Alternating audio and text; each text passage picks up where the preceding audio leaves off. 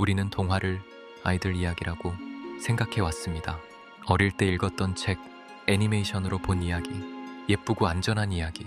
그래서 동화는 처음부터 그렇게 만들어졌다고 자연스럽게 믿어왔습니다. 하지만 그 이야기들이 처음 기록되었을 때도 정말 그랬을까요? 처음부터 아이들을 위해 쓰인 이야기였을까요? 이 시리즈는 우리가 알고 있는 동화를 다시 들려주지 않습니다. 이미 공개된 동화의 원작 기록을 따라가며 각색 과정에서 무엇이 지워지고 어떤 표현이 바뀌었는지를 비교합니다. 오늘 이야기할 동화는 피리 부는 사나이입니다. 우리가 기억하는 이 이야기는 보통 이렇습니다. 피리를 불어 쥐를 쫓아낸 남자, 약속을 어긴 마을 사람들, 그리고 아이들을 데리고 사라진 수수께끼 같은 결말. 하지만 이 이야기는 처음부터 동화로 쓰인 것이 아니었습니다. 이 기록의 배경은 13세기 독일 하멜른이라는 실제 도시입니다. 이 도시는 중세 연대기 문서에 지금도 이름이 남아 있습니다. 그리고 놀랍게도 이 이야기는 옛날 옛적애가 아니라 정확한 날짜와 함께 기록됩니다. 서기 1284년 6월 26일 하멜른에서 아이들이 사라졌다고 적혀 있습니다. 원작 기록에서 이 사건의 시작은 쥐 이야기가 아닙니다. 가장 오래된 기록에는 쥐도 역병도 등장하지 않습니다.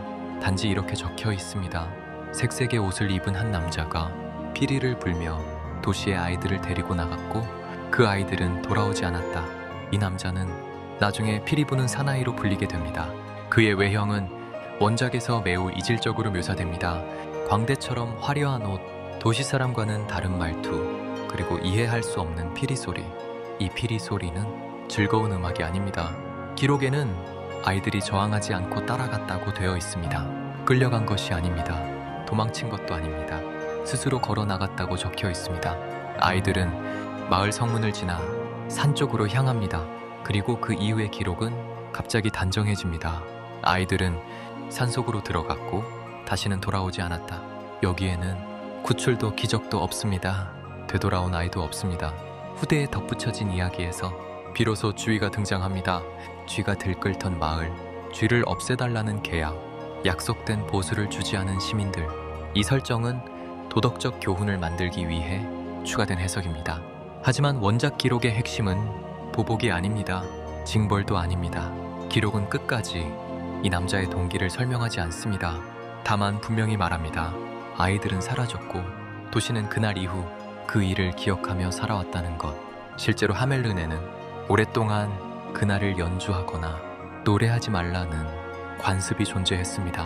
아이들이 사라진 거리에서는 음악을 금지했다는 기록도 남아 있습니다. 이것은 동화의 연출이 아니라 실제 도시의 집단 기억에 가깝습니다.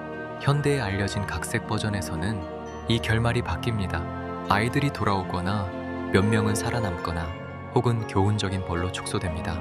그러나 가장 오래된 기록에는 구제도 희망도 없습니다.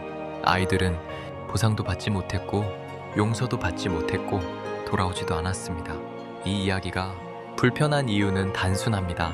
이것이 상징인지 유괴인지 집단 이주인지 전염병인지 우리는 아직도 모릅니다. 하지만 한 가지는 분명합니다. 이 이야기는 아이들에게 들려주기 위해 만들어진 이야기가 아닙니다. 어른들이 설명하지 못한 사건을 기록으로 남긴 이야기입니다. 그래서 이 동화에는 결말이 없습니다. 기록은 아이들이 사라진 지점에서 그대로 멈춥니다.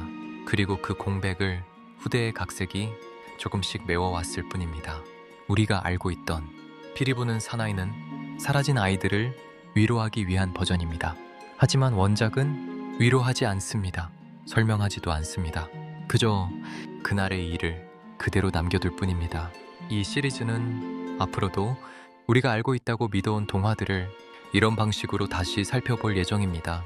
다음 이야기 역시 아이들을 위한 동화가 아니라 지워진 기록에서 시작합니다.